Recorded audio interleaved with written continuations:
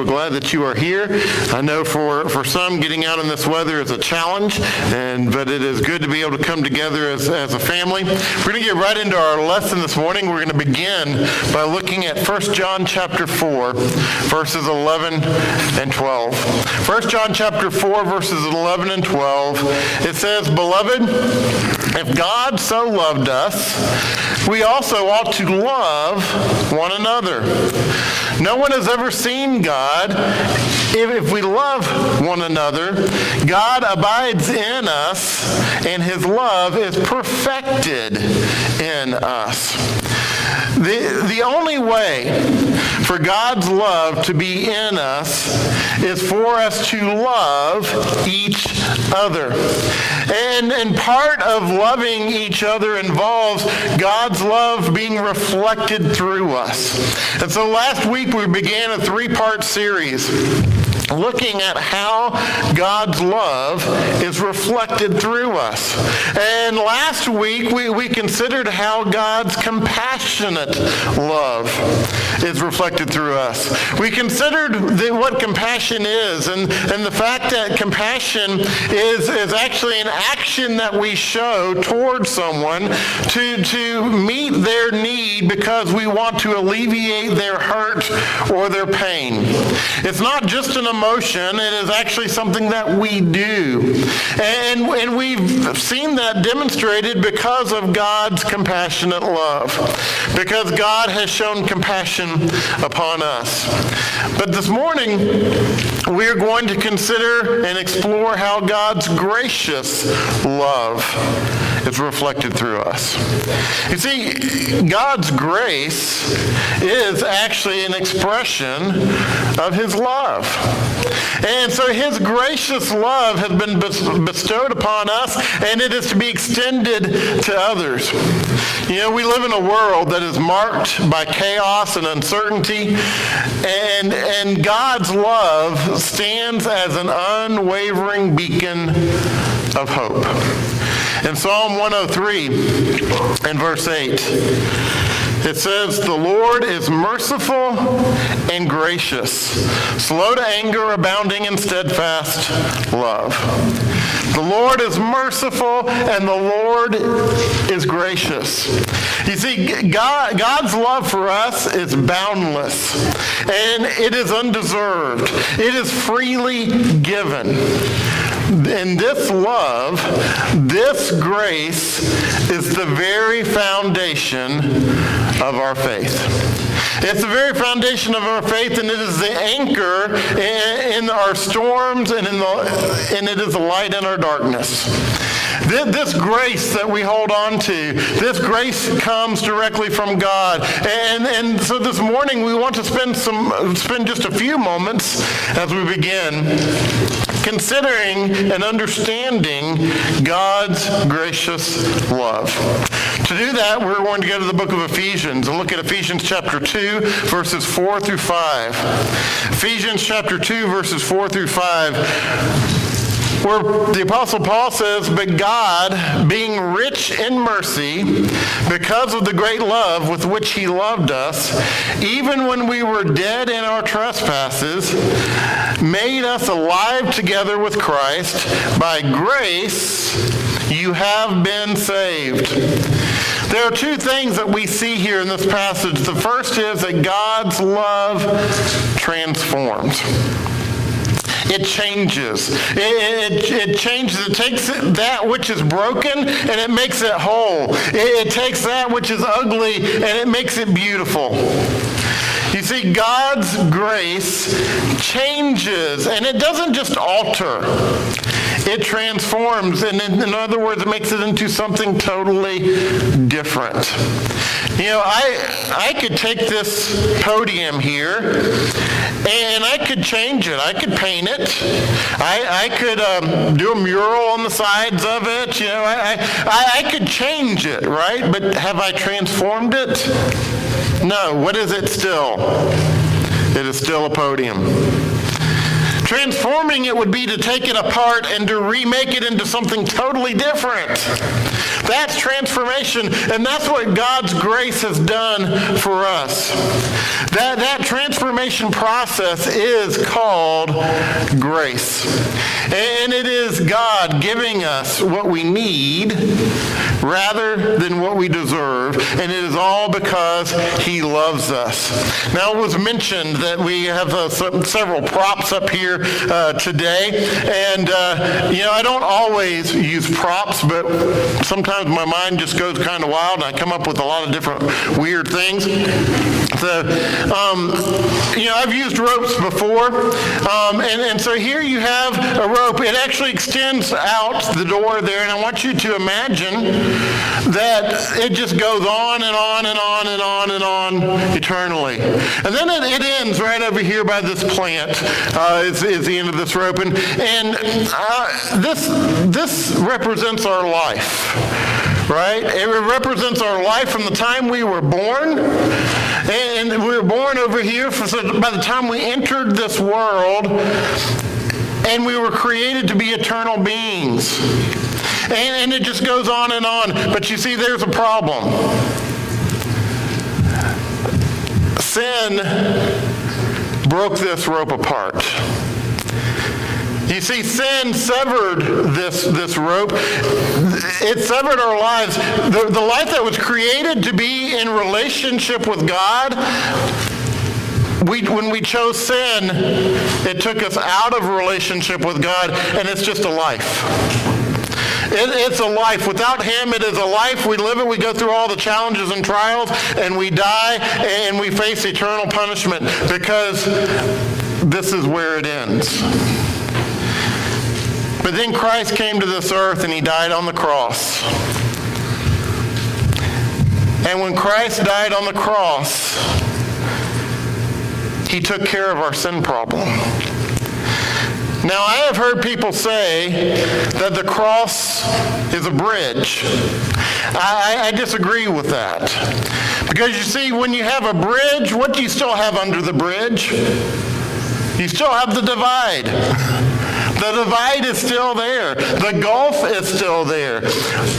When Christ died on the cross and he rose from the dead, he didn't build a bridge leaving the divide there. What did he do? He totally brought us back together with God.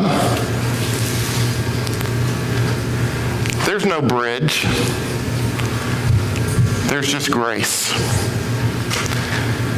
And that grace took away the divide.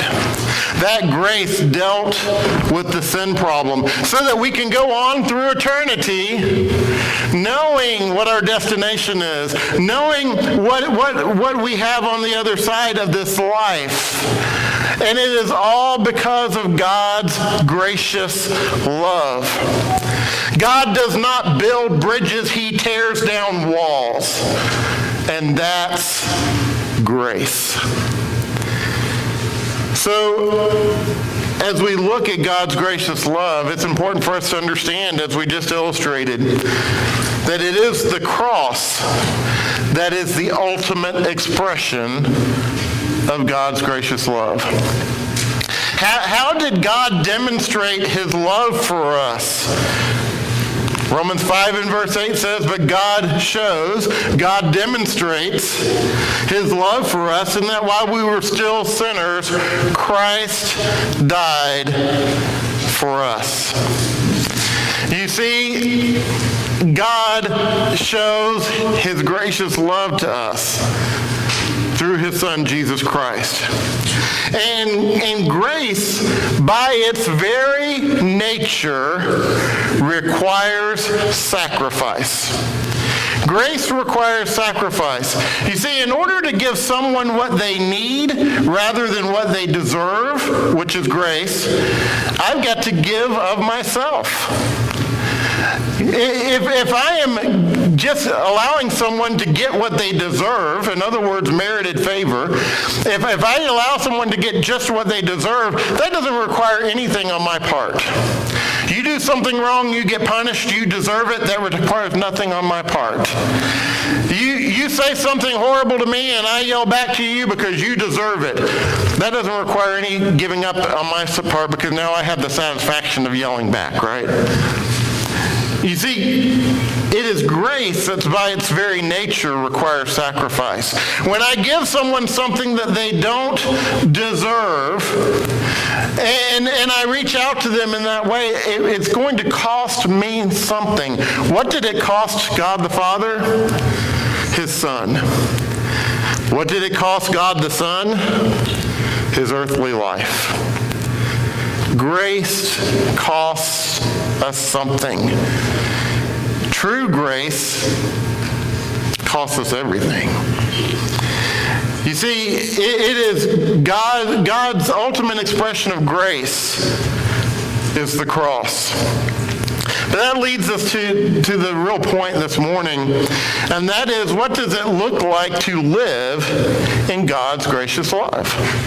Well, what does that mean? If we're to be a reflection of God's love, what does that look like? Well, again, let's go to the book of Ephesians, because the Apostle Paul kind of lays this out for us. In Ephesians chapter 3, verses 17 through 19. Ephesians chapter 3, verses 17 through 19. He says, so that Christ may dwell in your hearts through faith, that you, being rooted and grounded in love, may have strength to comprehend with all the saints what is the breadth and length and height and depth, and to know the love of Christ that surpasses all knowledge, that you may be filled with the fullness of God. Now, first thing I want us to notice here is that he says that we are rooted and grounded in love. And so when Christ is a part of our identity, his love does two things. First of all, it holds us up. We are rooted. You know, a root system is what provides structure to hold something up and keep it stable. Today when you leave the building, if you look to your right or your left as you go outside, go out the exit door, straight out there, you will see two plants, two trees. They're in pots there on either side of the doors. And you will see in those pots, you will see sticks. And the reason those sticks are there is because for the last several weeks, we have had a lot of wind around here. And guess what has been constantly happening? Those trees, newly planted trees, keep what? Falling over. And so I finally had to stick sticks in there and tie the trees to the sticks to provide stability for them. It hasn't worked great, but now I only have to put them up twice a week instead of every day. But the reason is because the root system has not been established in the pots. And once that root system is established, those trees will be upright. The wind will not blow them over. It might blow the pot over. It's not going to blow the plant over because the root system is going to keep it up. It will hold it up. God, the love of Christ holds us up. It keeps us rooted and it keeps us grounded. Grounding is the idea of holding us in place. We're not going to waver.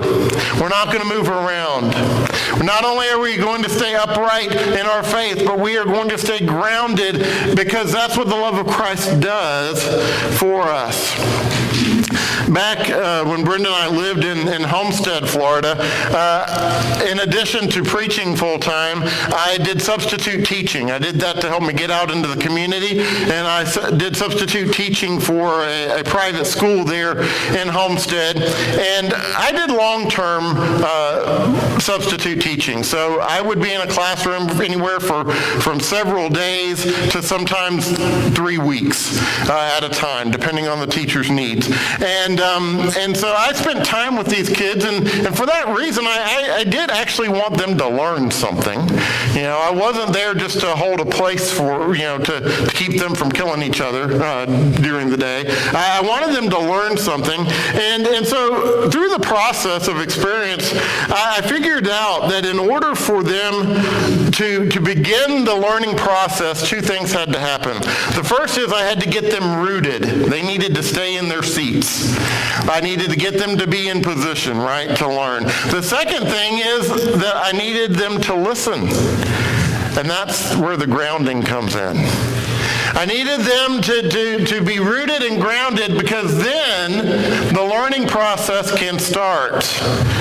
But until that happens, we can't begin that process of learning. And so here he says we are rooted and grounded in the love of Christ, and because of that, we will come to know not only the love of Christ, but we will come to know how big it is. And we'll recognize that it is so big, the love of God, Christ is so great, that it's beyond anything that I can ever fully comprehend or understand. I will understand that it is bigger than anything that I know, but I will never fully grasp it. And that only comes when we are rooted and grounded in love. But then it's important to understand that the knowledge of God's gracious love is what allows us to be filled with the fullness of God. When we know God's gracious love, it allows us to be filled with the fullness of God. Now, what does that mean? I've got one more illustration for you today, and hopefully we don't make a really big mess. But I want you to imagine that this bowl here, this bowl represents our life out in the world. Okay, it's the people we come in contact on a day-to-day basis. It's our neighbors, our coworkers, our family, our friends. It's our life, our day-to-day life. This glass bowl here represents the inner us. It represents who we really are. It represents our identity. And this tea, it's unsweetened, by the way. This tea, and I should have taken this off before I got into that. It represents the love of Christ. Okay, and so as we live our lives for Christ, our life starts getting more and more of God's love in us, right? God's love just keeps going on and on and on and on and on in our lives. We get more and more and more and more and more and more and more and more and more. And what eventually happens when we get so much that we're full? Where does it go? It goes out into the world. You see, when we are full of the fullness of God's love, it is going to not only fill us up, but what does it do? It comes out in our lives. And I am really glad I hoped I had enough tea to fill that thing up. We did. It's going to spill out. When we are filled with the fullness of God, God's love is going to shine through our lives. It is going to become a part of our identity. It is going to be who we are. Our neighbors are going to see it. Our friends are going to see it. Our coworkers are going to see it. Our family is going to see it. You see, it's a part of our identity. Why? Because we're full up and overflowing with the love of God. That is God's gracious love. So here's the challenge this morning. As I said last week, I don't want to just give you a bunch of information as we go through this study. I want us to see how we can practically apply it.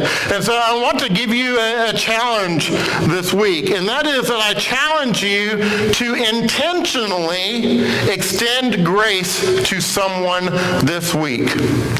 And it's important to remember that grace is more than just not giving someone what they deserve. You see, that's the idea of mercy. Mercy is a part of grace. But for example, if you start yelling and screaming at me, and I choose not to yell and scream at you, that's simply mercy.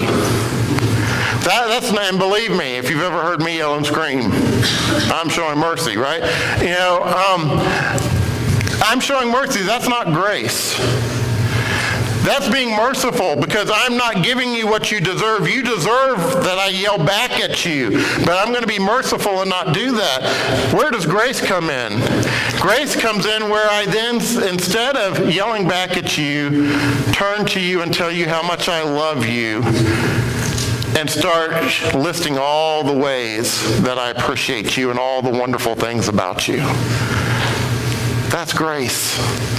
Because now I'm giving you something that you don't deserve. It's not the idea of withholding the punishment, it's the idea of going beyond that. And so I challenge you this week to take that next step and to give someone something that they don't deserve. It might be not only for forgiving a debt of someone, but then reaching out and helping them more. It might be the idea of someone's in the line at the grocery store, in the checkout line behind you, and they're just saying rude and horrible things to you. And so you not only withhold your comments, but you in turn pay for their groceries. It might be extending grace to someone in your family. It might be extending grace to a friend, to a coworker. But this week, think of someone who would benefit from you extending grace. And intentionally do that this week. Why? Because grace takes practice for us. It doesn't take practice for God. God's gracious love is just automatic because he is love. It's a part of who he is. For us, we have to kind of work at it at times. And so the key here is that God has told us that if we want to receive his gracious love, we have to be willing to extend it to others. And so I challenge you this week to intentionally extend grace to someone. Practice the art of showing God's gracious love to those around you. You see, God's gracious love is a love that surpasses all understanding. It is a love that redeems the broken. It is a love that transforms lives. And our call as Christians should be to build a life today where we live in God's gracious love and we shine his light by extending grace to others. This morning, are you living in God's gracious love? Are you filled with it? Are you overflowing? Is God's gracious love part of your identity? You know, I asked someone this week when I was preparing this lesson, I said, how would you describe me? And they started listing descriptions, some of them good, most of them were good, some of them were a little questionable, but I finally said, because they didn't give me the one I wanted, I said, would you consider me to be gracious? And they had to think about it. And finally, he said, well, yeah, I suppose so. That's a resounding compliment, isn't it? But here's the point. The only way for God's gracious love to be seen in us is for us to be filled and overflowing with it. For it to become a part of our identity. And wouldn't it be wonderful? Wouldn't it be amazing if the first word out of someone's mouth when they describe you is to say, man, she is gracious. Wouldn't that be wonderful? That's what God wants for us, to reflect him through our lives. This morning, it is all about grace. it is all about love. If you're subject to the invitation, we invite you to come as we stand and as we sing.